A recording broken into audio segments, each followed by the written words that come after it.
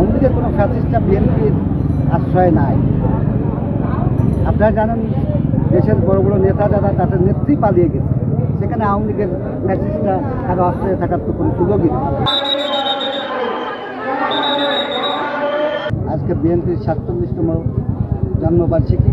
আপনারা জানেন শহীদ প্রেসিডেন্ট জিয়াউর রহমান বহুদলীয় গণতন্ত্র প্রবর্তন করে বিএনপি নামক একটি দল গঠন করেছিলেন দেশ গঠনের লক্ষ্যে।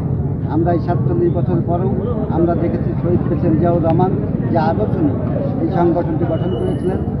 81 সালের 30শে মে শহীদ প্রেসিডেন্ট জিয়াউর রহমানকে হত্যা করার পর বিএনপি কিছুটা স্থগিত হয়ে গেছিল।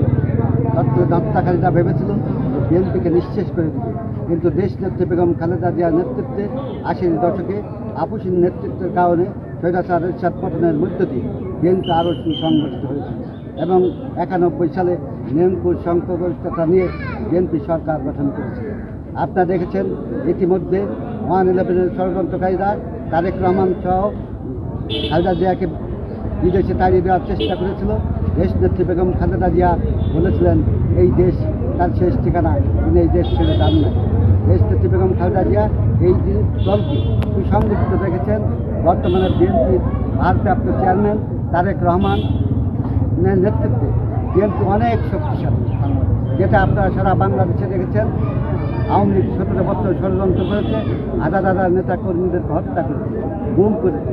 যত হত্যা নির্যাতন হয়েছে, বিএনপি আরও সুসংগঠিত হয়েছে। আমরা এই 47তম জন্মবার্ষিকীতে আমরা দেখছি আগামী দিনের বাংলাদেশের জনগণ বিএনপির দিকে তাকিয়ে আছে। একটি সুষ্ঠু আবার নির্বাচনের মধ্য দিয়ে বিএনপিকে দেশ পরিচালনা দায়িত্ব দিতে চায়। বিএনপি নিয়ে মানুষের আগ্রহ কেমন এবং কালীগঞ্জের নির্বাচন পরিস্থিতি কীভাবে দেখছেন? আগামী ফেব্রুয়ারি থেকে নির্বাচন হবে। বর্তমান তত্ত্বাবধায়ক সরকারের প্রধান উপদেষ্টা এবং নির্বাচন কমিশন যে রোডম্যাপ দিয়েছে, কালীগঞ্জে মানুষ ভোট দেওয়ার জন্য উন্মুখ হয়ে আছে। দীর্ঘ 17 বছর কোনো ভোট দিতে পারে না, যে কারণে মানুষ অধীর আগ্রহে একটি উৎসবের মতো বর্তমান মানুষের মনে ভিতরে বিরাজ করছে। এই উৎসবের দিনটির জন্য অপেক্ষা ঠিক যারা ক্ষমতার লোভে জনসমর্থন না থাকার কারণে তারা এই নির্বাচনকে প্রলম্বিত করতে চায়, তারা দীর্ঘায়িত করে তাদের সেই অসৎ উদ্দেশ্য পূরণ করতে চায় এবং তারা চায় আপনারা দেখেন টিআর এই সমস্ত পদ্ধতি দিয়ে নির্বাচন থেকে দেশ কারো দূরে ঠেলে দিতে চায়। কিন্তু বাংলাদেশের 18 কোটি জনগণ উন্মুখ হয়েছে নির্বাচনের জন্য, তারা নির্বাচন চায়। ইনশাল্লাহ নির্বাচন আগামী ফেব্রুয়ারিতেই হয়ে যাবে বলে আমরা আশাবাদী।